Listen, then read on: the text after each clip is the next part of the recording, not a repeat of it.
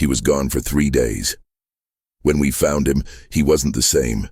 His uniform was intact. No wounds, no real explanation, but the look in his eyes, I still see it, even now. And the last thing he told me out there, I've never said it out loud, until now. My name's Vincent Harlow. I'm 57 now. Retired a few years back from the North Carolina State Highway Patrol. Spent most of my career in the western part of the state, around Asheville. That's where I was born and raised. Still live here too. Couldn't ever really leave the mountains, you know. I joined the force when I was 22. Back then, all I wanted was a uniform and a purpose. My daddy worked timber and my mom was a school secretary. I was the first in the family to wear a badge. I thought it meant something solid, something that didn't rot or splinter or blow away. Over the years, I saw a lot. Traffic wrecks on I-40, hikers getting lost up near Craggy Gardens, drug runs through the back roads. But it wasn't always like the movies. Most days, it was long drives, black coffee, and static on the radio. Just routine. And in that routine, you built trust. You relied on the folks riding the same lonely roads, guys like Doug Ramsey. Doug was a few years older than me, tall, quiet, always had this steady way about him. Didn't talk much, but when he did, you listened. Had a wife and 2 little girls, lived in a cabin out near Barnardsville. He liked being out in the woods, on those unpaved stretches where you didn't see another soul for hours. We worked overlapping shifts for about 5 years, back in the 90s. He was someone you could depend on. Real old school. I'd see him some mornings at the diner near the station. He always sat in the same booth, eggs over medium black coffee, toast no butter, never late, never rattled. The kind of guy who made you think, if something ever went south, I hope he's the one backing me up. But I'll tell you, none of that prepares you for when one of your own just disappears. It was 1998, August. Hot as hell, and the air felt like wet wool. We'd had a series of break-ins at some of the cabins deep in Pisgah. Nothing big. Just some gear stolen, doors busted in, probably kids or squatters. Doug volunteered to run a sweep that evening, said he'd take his cruiser up the gravel road near Courthouse Falls, do a check, radio in if he saw anything. He never called back. And what happened after that? Well, it's taken me over 25 years to talk about it. Because the thing is, we found him. After 3 days of searching, we did. But the man we found, he wasn't the same. And the last thing he told me out there in that forest, I've kept it locked up ever since. Some truths, they don't sit right. They just stay with you. And if you're not careful, they change you. Back then, things moved slower. I'm talking about the mid to late 90s, when you still had to jiggle the antenna on your squad car to get a signal half the time. GPS? Nah. We had paper maps in the glove box, a compass clipped to the dash, and a whole lot of gut feeling. You got lost, you figured it out, you learned the land. I was stationed out of Buncombe County.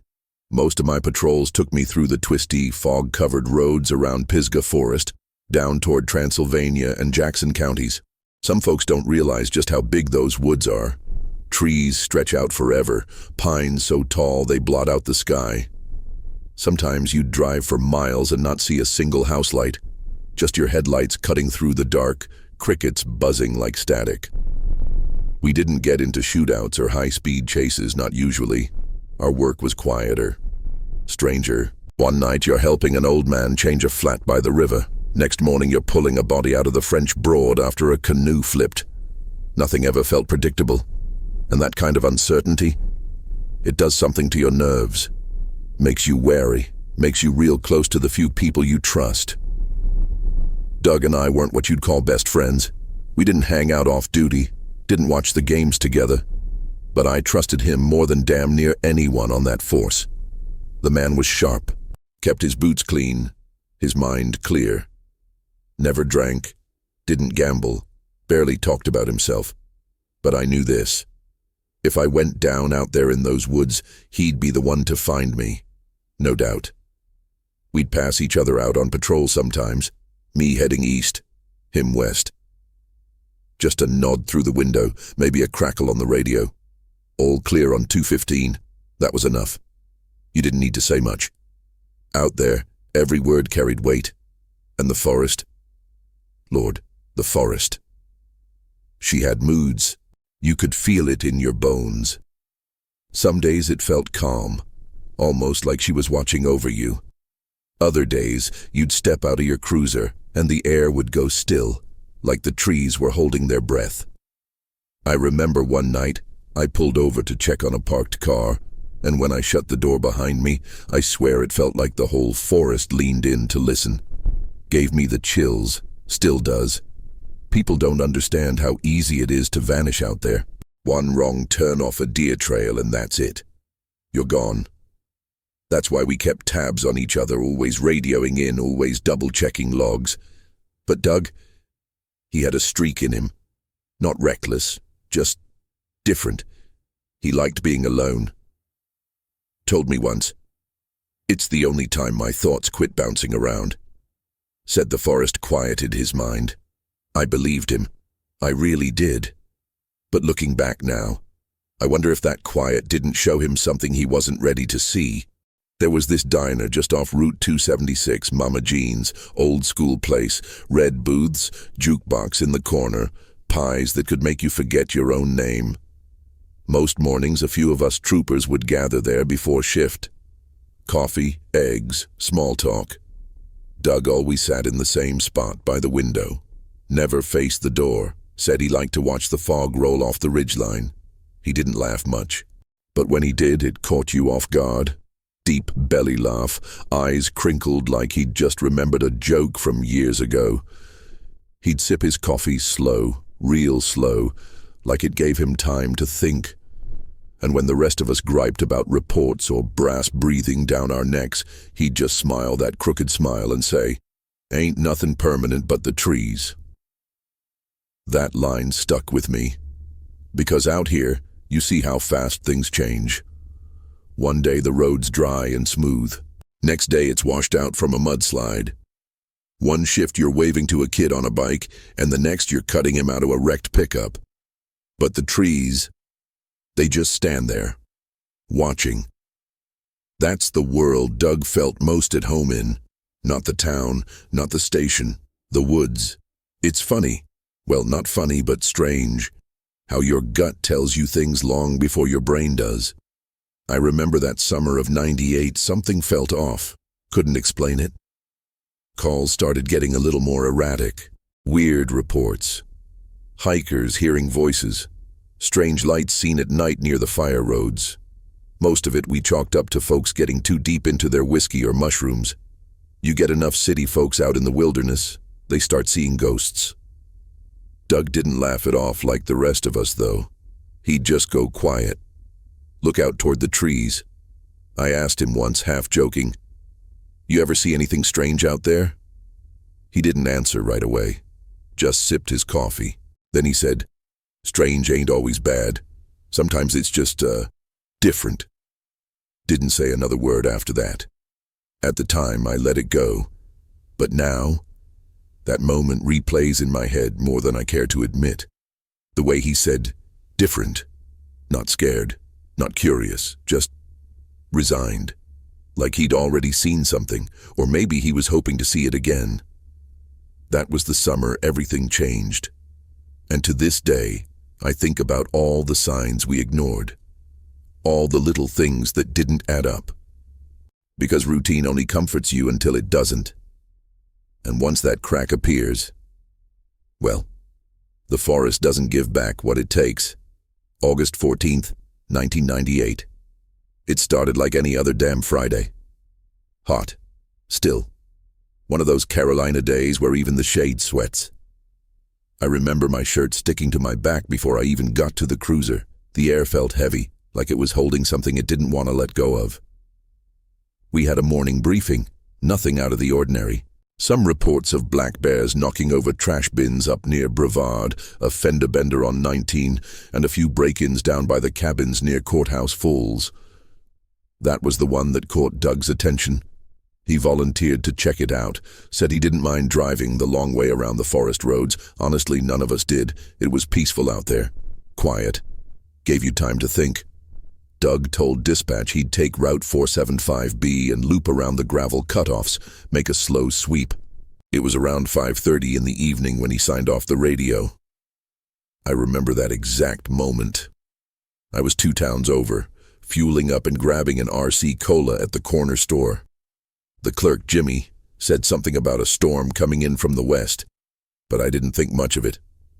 We get storms all the time in August, fast, loud, gone in an hour. I never heard from Doug again that night. At first, nobody panicked. Sometimes you lost signal out there. The mountains play tricks on the radio. 1 minute you're 5 bars strong, the next you're screaming into static.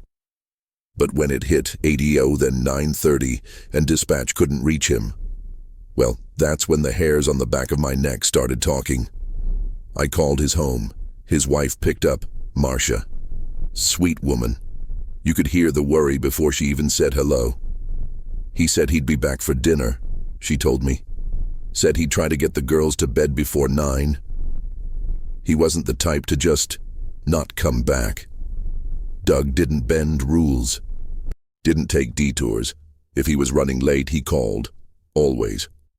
By midnight, we had 2 cruisers out searching the area near Courthouse Falls. By dawn, we had 6.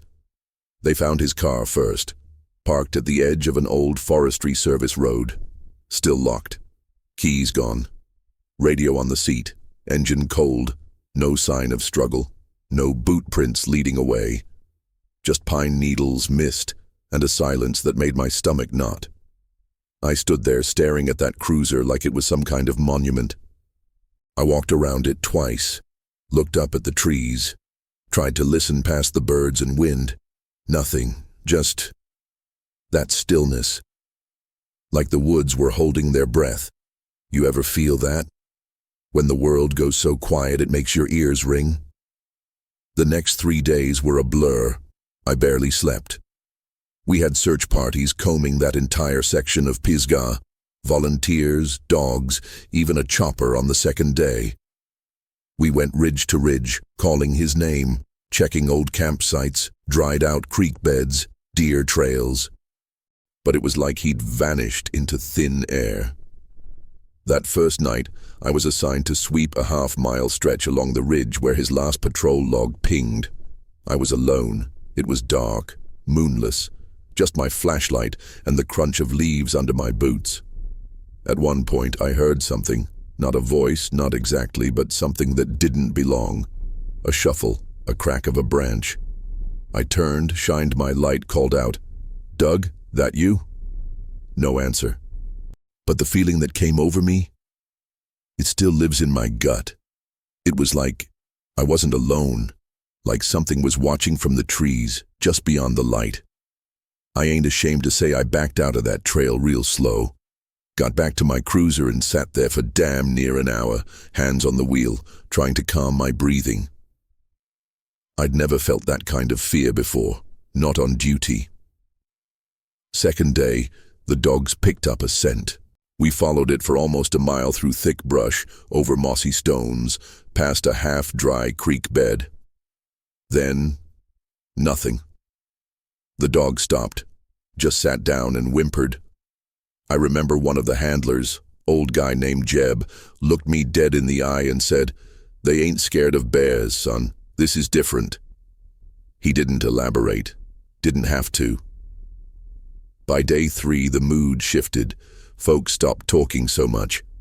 Even the younger troopers, cocky ones, got quiet. Nobody made jokes. Nobody turned their back to the trees. That morning I skipped the briefing, took my cruiser out early and drove back toward a place we hadn't searched yet. A small, rocky rise near the North Fork of the Davidson River. There was a clearing I remembered from years back, where a fire crew once set up camp. Don't know why, but my gut pulled me there. When I found Doug, it wasn't how I expected. He was sitting on the ground, back against a fallen log, hands resting on his knees like he'd been meditating or praying. No blood, no bruises, Uniform dusty, but not torn. Boots still laced. He looked up when I approached, and I swear to you, his eyes didn't recognize me at first. That look, it still visits me in dreams. His face was pale, drawn, eyes wide but flat, like he'd seen too much and decided not to feel any more. I dropped to my knees beside him. "Doug, hey, you all right? Where the hell have you been?" He blinked, slowly, like I was part of a memory he couldn't place. Then he said, real soft, "I saw it, Vince." I asked him what he meant, kept pressing gently, trying to ground him. All he said was, "It doesn't want to be understood." Then he shut his eyes. Didn't speak another word for hours. I carried him back myself, arm over my shoulder, step by step through those damn woods, heart pounding the whole way, because whatever he saw out there, something about it stayed with him, and I reckon a piece of him stayed out there with it. You think you know a place, you drive through it 100 times. You learn every curve in the road, every dip in the land.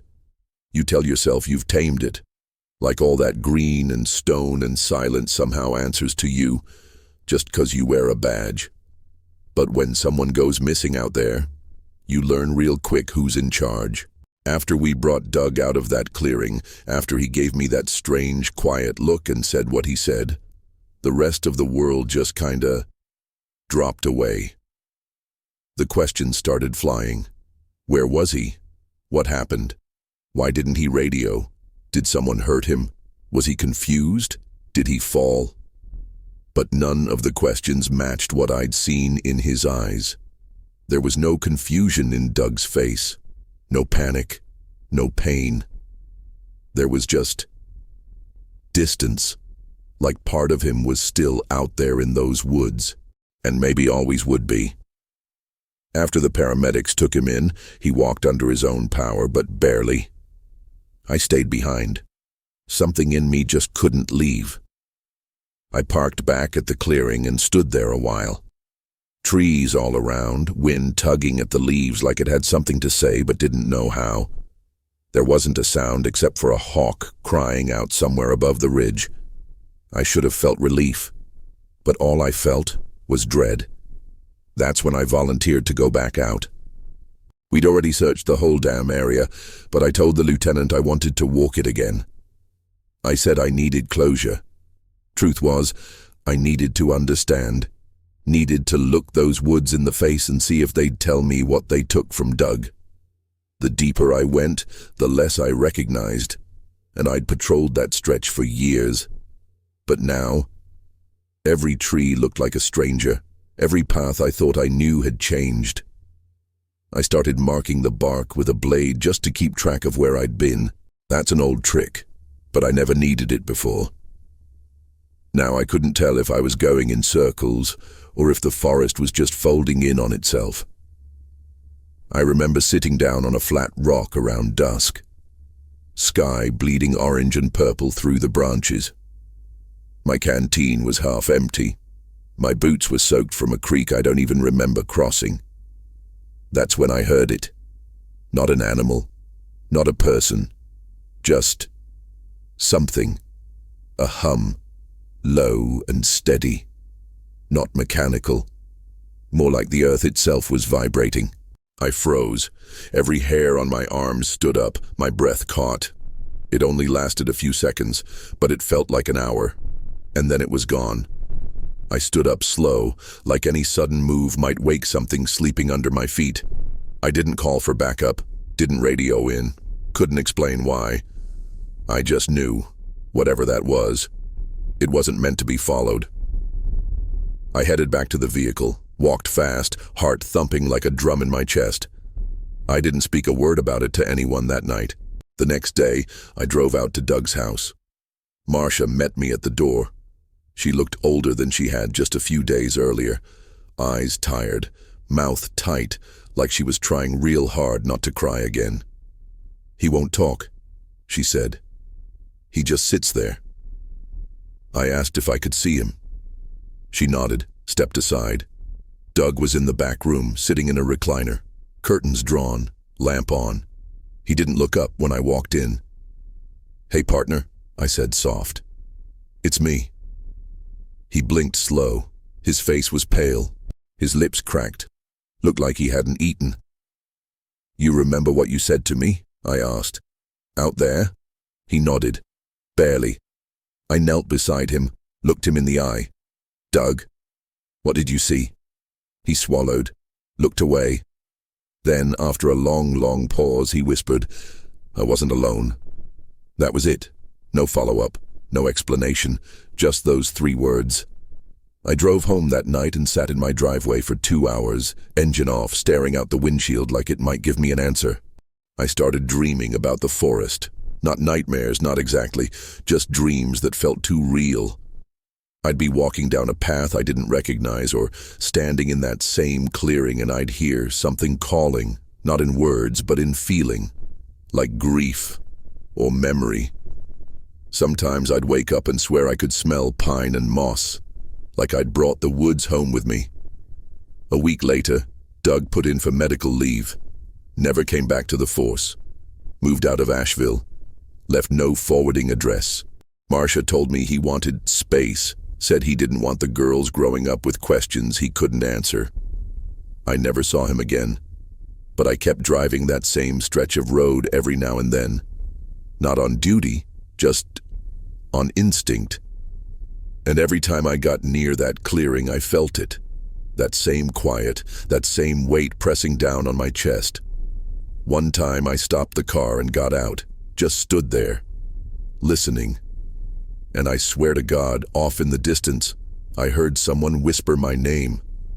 Not loud, not clear, but enough to freeze me in place. I turned.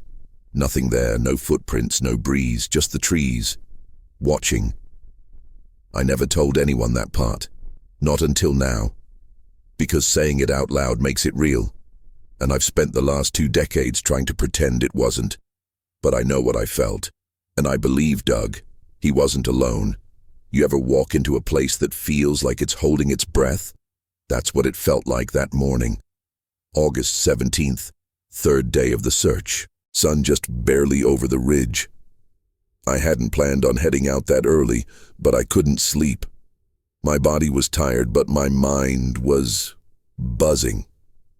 Like I was missing something obvious, something right in front of me. So I took my cruiser out without telling dispatch. Didn't want to waste time on approvals. Just wanted to move. I remembered an old fire road from years back. Barely a path now, overgrown, rough, half swallowed by the woods. We hadn't checked it yet. Most folks didn't even know it was there, but Doug would have remembered. Hell, he'd shown it to me once, said he used it when he wanted real quiet. It took me 20 minutes to reach the start of it, another 10 to hike in, and then I saw him. He was just sitting there, plain as day, back up against a fallen tree, legs stretched out, palms resting on his thighs. Not tied, not hurt, just still. I froze. My first thought wasn't relief, it was confusion. He looked calm, not scared, not panicked. Calm in a way that didn't match the moment. I stepped forward slow. "Doug?" Nothing. A few more steps, real careful, boots barely crunching the pine needles. "Doug, it's Vince."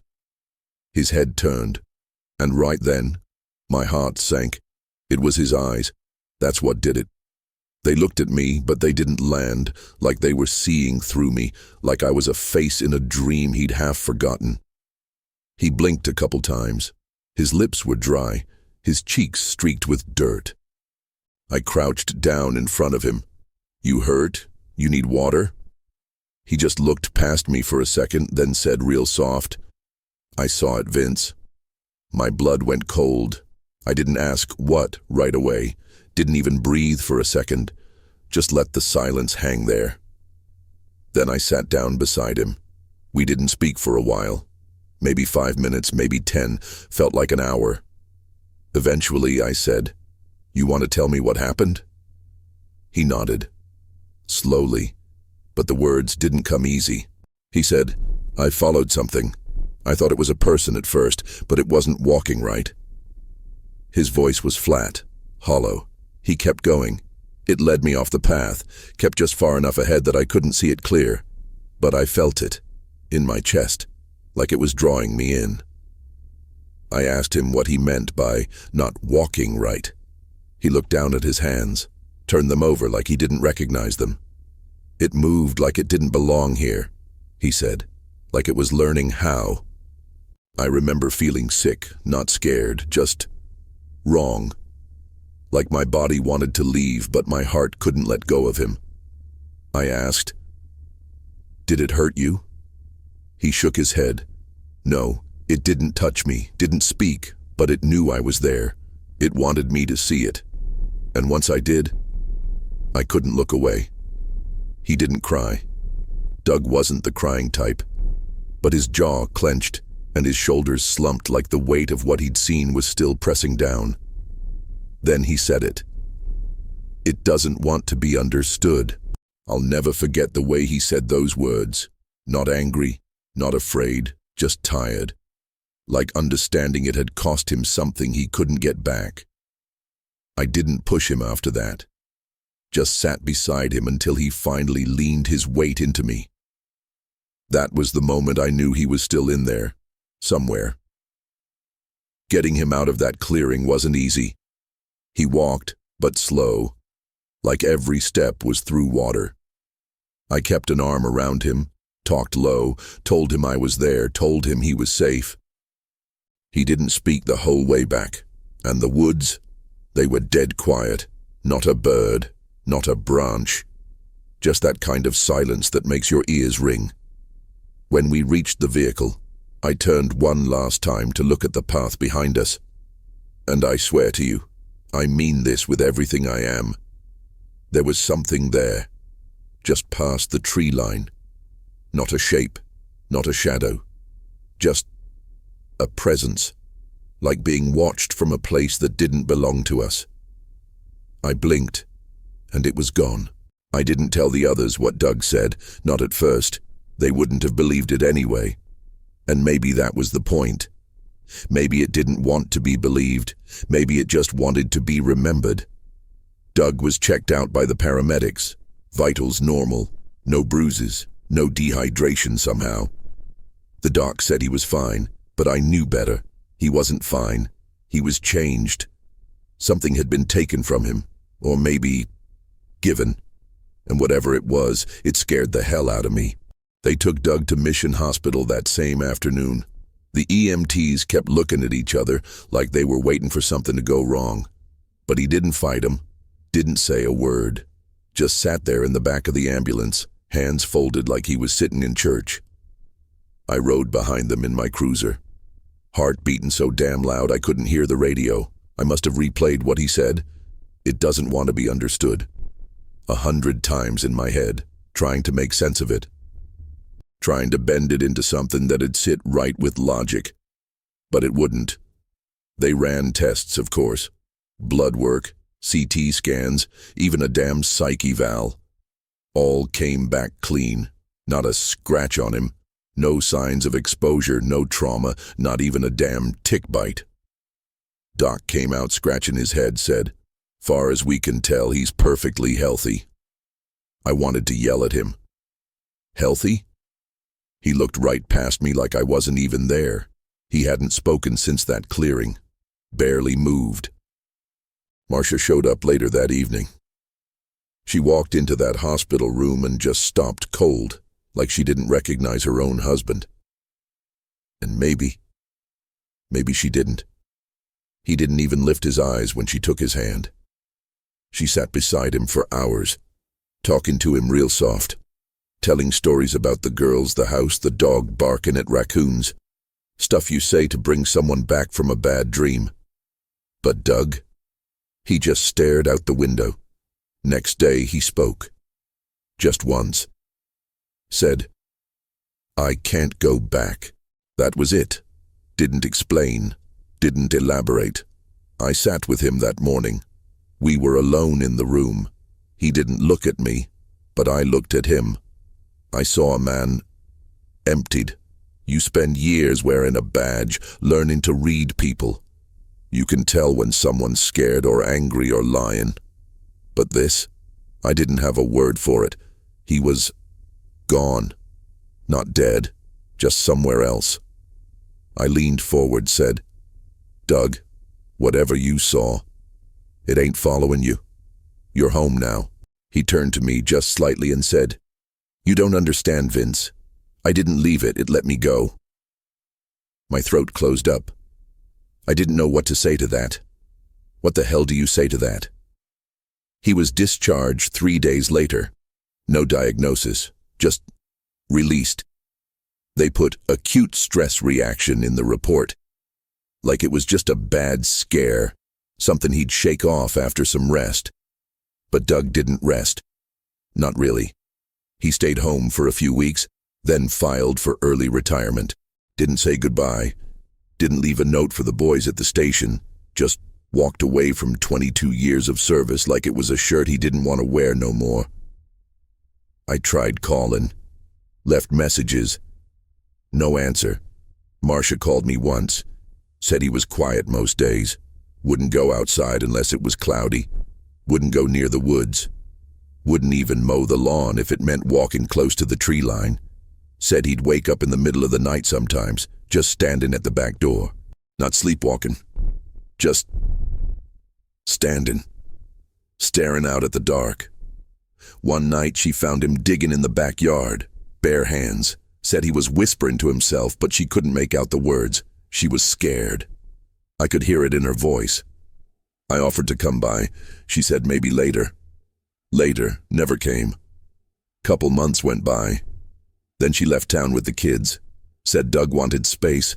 Said they were going to stay with her sister down in Georgia. I drove by the house after they left. Doug was still there. Saw him on the porch, staring up at the sky. Didn't wave, didn't move, just watched the clouds roll over the mountains like he was listening to him. That was the last time I saw him. Few weeks later, I got a card in the mail. No return address. Just a single line written in Doug's handwriting. "Don't come looking." That was it. I kept that card in my top drawer for years. Sometimes I'd take it out, hold it in my hands like maybe it held some kind of clue. But all it ever held was silence. The department never filed anything official, no report, no investigation. Far as they were concerned, Doug had a breakdown. Case closed. But I never bought that. And I never talked about it either. Not with my wife, not with my fellow officers, not even with the chaplain. Because how do you explain something you don't understand? I'd sit alone some nights, beer in hand, staring out my own back porch, listening to the cicadas, watching the wind move through the trees, and I'd wonder, what the hell did he see? What was out there in that forest that could reach inside a man and take the part that knew how to be human? I still don't know. But I do know this. Doug Ramsey went into those woods one man and came out something else. You try to move on. That's what people tell you. Give it time, they say. Let it go. But some things don't go. They hang around, like a shadow that shows up even when the sun's gone. After Doug left, I threw myself into the job. Took extra shifts, volunteered for night patrols. Anything to keep my mind from wandering back to that damn clearing. But it always did. I'd be driving through Pisgah, cruising past mile markers I knew by heart, and my hands would tighten on the wheel without me even noticing. My gut would twist at the same curve in the road, every time. The one that leads off toward the old fire road. Didn't matter how many years passed, 10, 15, almost 20 now, that place never let me go. I stopped telling myself I'd forget.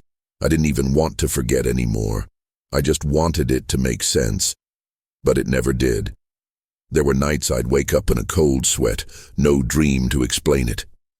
Just that feeling, like someone was watching. Like I'd left a door open in my head, and something had walked in. Sometimes I'd hear things, little things, not voices exactly, more like echoes. from a place that didn't belong in the real world. Wind, maybe, or breath, or the sound of leaves moving when there's no breeze. You start questioning yourself after a while. Am I cracking up? Is it just the years catching up with me? But then I'd remember the look on Doug's face, the way his voice went flat, that weight behind his words, that hollow in his eyes, and I knew I wasn't making it up. I'd go to the grocery store and see a man with the same build as Doug, just for a second, walking down the bread aisle or pumping gas at the next station over. My heart would jump like it wanted to believe he'd come back, but it was never him. He was gone. And not in the way most people are gone. Not dead, not buried, just removed. Like the forest took him and gave us back a version that couldn't stay. Every fall, when the leaves started turning, I'd feel it stronger. That pull, that silence behind the trees. I'd walk the trails sometimes just to prove to myself I could. Just to show I wasn't scared. But I was. Not of bears, not of getting lost, of remembering. The worst part wasn't the fear. It was the feeling that maybe I'd seen it too. Not directly, not like Doug, but by being there with him, by hearing what he said, by standing in that same soil. Maybe it had brushed me, just enough to leave a fingerprint. And there was always this whisper at the back of my mind. What if it calls me next? That's what kept me up at night. You ever carry a secret so long it becomes part of your bones? That's what this became. Not a story, not a mystery, a weight, a shadow stitched to my spine. I never told my wife, never told my kids. Didn't want it spilling into their world. They deserved clean air, not the fog that lived in my head. But some days I'd catch myself staring off too long, or jumping at a sound that no one else noticed. My boy once asked me, "Daddy, you ever see a ghost?" I looked him in the eye and said no. But I lied. 'Cause I saw one. He wore a trooper uniform, sat beside me in the woods, spoke soft and strange. His name was Doug Ramsey. Sometimes I'd wonder if he was still out there. Not in some town down south, not in a house with a backyard and a quiet porch, but out there, in the trees. Maybe he went back. Maybe he never really left. And God help me. Part of me understands why he would. Out there, you don't gotta explain yourself. You don't gotta pretend. Out there, the silence answers back. But it ain't comforting. It's honest. And honesty's a heavy thing to carry. Even now, in retirement, I think about it more than I should. I'll be fishing by the lake, or splitting wood out back, and suddenly I'll remember his voice. It doesn't want to be understood. What the hell does that mean? What kind of thing doesn't want to be understood? And then I remember the way the woods felt that day, the way time stretched, the way the trees seemed to lean in. And I start to think maybe he was right. Maybe some things ain't meant to be known. Maybe some truths ain't for us. But that don't make 'em any less real. They say memory fades, that it blurs around the edges. But mine's sharp. Too sharp. I remember the smell of pine needles, the damp moss under my boots, the exact shape of his face when he turned to me. And I remember the silence. Thick, still, waiting. That silence lives in me now. And some nights, when I'm sitting on the porch just watching the tree lines sway in the wind, I wonder, if it ever calls again, would I hear it too? I never talked to anyone about it. Not really. Not the whole thing. Not the look in his eyes. Not the hum in the trees. Not the feeling in my gut that something out there brushed up against our world and left a scar. I guess I was afraid that if I said it out loud, it'd get stronger, like it was just waiting for acknowledgement, waiting for me to give it shape. But the truth is, it was never about fear. It was about weight. Some things you carry so long they stop feeling like burdens. They just become part of your walk, like a limp you get used to, or a cold in your bones that never quite leaves. That's what this became. A quiet companion. I think about Doug almost every week. sometimes more. It don't take much, just a scent of wet pine, or the way the fog hugs the trees early in the morning. Some days I'll be fixin' coffee, and out of nowhere, I'll hear his voice in my head. It doesn't want to be understood. And I'll stop whatever I'm doing, just stand there, breathing real slow, trying to keep my heart steady. Because the more I've thought about it over the years, the more I think he wasn't talking about a creature or a spirit or any one thing. I think he was talking about the forest itself, about the wild, the old parts of the world, the parts that were here long before we came stomping in with our boots and our guns and our sirens, the parts that don't play by our rules. When I was young, I thought the badge gave me answers. That wearing it meant I was protecting people from the unknown. But I look back now and I see how small we really are. All we ever did was respond. We didn't control nothing. We just showed up after. And there's something humbling in that. Terrifying too. Because if the world ain't built to be understood, then what does that make us? I remember sitting in the woods not long after I retired, just me, a thermos of coffee, and the sound of wind through the leaves. I wasn't looking for answers. I wasn't even thinking about Doug. But at some point I started talking out loud, not praying, not exactly, just speaking, to whatever was out there.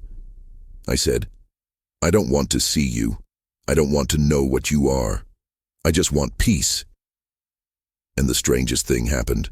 I felt, heard, no voice, no sign, just this settle, like the ground beneath me exhaled. It didn't last long, but it was real. And ever since that day, I stopped trying to forget. I stopped pretending it didn't happen, because maybe that's the real sin, not what we see, but what we refuse to carry. Doug didn't have a choice. He saw something that cracked his world in two, and I watched it happen. I saw a man unravel without a single mark on his body, and that stays with you. It teaches you things, quiet things, like how some truths don't belong in daylight, and how some men break in silence. I used to wonder why it chose Doug. Why not me? I was the loud one, the curious one, always poking at the edges of the map, but maybe that's exactly why. Maybe it wanted someone who would keep it secret. And Doug? He kept it, took it with him wherever he went. I've spent years wondering where he is now. If he's still walking the earth, or if he finally slipped away somewhere that felt familiar. Someplace where the trees didn't ask questions, where the wind didn't speak in riddles, where the silence felt safe. Truth is, I hope he found peace, because Lord knows he didn't get it here. And me? I'm still trying, still wrestling with the weight of knowing something I can't explain, still feeling the forest breathing on the back of my neck some nights. But I've made my peace with not understanding. I don't need to name it, I don't need to conquer it, I just need to live alongside it. Like a river that runs near your house, sometimes calm, sometimes full of fury, but always there. A reminder that not everything in this world belongs to us, not every mystery wants solving, and not every man comes back the same. If you've listened this far, thank you. I ain't sure why I finally decided to say all this out loud. Maybe it's age, maybe it's time, or maybe it's just the silence getting too loud to ignore. I know some folks won't believe me, that's fine. I'm not telling this to prove anything. I'm telling it because it's been sitting inside me for over 2 decades, and I'm tired of carrying it alone. We all got stories like that, don't we? Things we've seen, moments we don't talk about, not because we're ashamed, but because we don't know what words to use. Pain that don't show up on an X-ray. Memories that show up in the middle of the night, like an old friend you never quite trusted. And sometimes, it's not about what happened. Sometimes it's about what stayed, what never left you. That clearing, Doug's eyes, the stillness in the trees. It's all still here, not just in my memory, in my bones, in my breath. And I know there's folks out there, watching this maybe, who got their own clearings. Maybe it wasn't a forest. Maybe it was a hospital room or a battlefield. or the inside of a patrol car after a call that went sideways. You know what I mean? That moment where time don't move right, where the world feels tilted and nothing makes sense and something inside you just shifts. I ain't got the answers. I'm not trying to be wise. I'm just a man who saw something he wasn't supposed to see. And the only thing I can tell you, the one thing I've come to believe, is this. Some things ain't meant to be solved. They're meant to be carried, with care, with respect, with silence when needed, and voice when the time is right. I used to think bravery was running toward the danger. Now I think it's facing the things that stay with you after. It's waking up every day with a truth in your chest that no one else can see, and choosing to live anyway. Doug did that for a while, and then he disappeared for good. And me, well, I'm still here, still listening to the woods some nights, still waiting to understand something I know I never will. But I've come to peace with that, because maybe the point ain't to understand it. Maybe the point is to carry it with reverence, to tell it straight, to pass it on. So here's what I'll say to you. If you got a story you've been holding in, a thing that won't sit quiet no more, you don't gotta shout it, but maybe, just maybe, find someone you trust and let it out. Or write it down, or whisper it to the wind. You'd be surprised what gets lighter once it's named. And if what you saw, or heard, or felt don't make sense to other folks, that's all right. It don't make you crazy, it makes you honest. I believe there's more out there than we're built to hold. But I also believe there's power in carrying it together. So if you've ever looked into the dark and seen something that changed you, if you ever came back from somewhere feeling like a part of you stayed behind, know this, you're not alone. And neither am I. Doug's last words to me before he shut down for good, he looked right in my eyes and said, "It let me go, Vince. That means it chose me." I've never said that out loud. Not until now. And I still don't know what it means. But I carry it.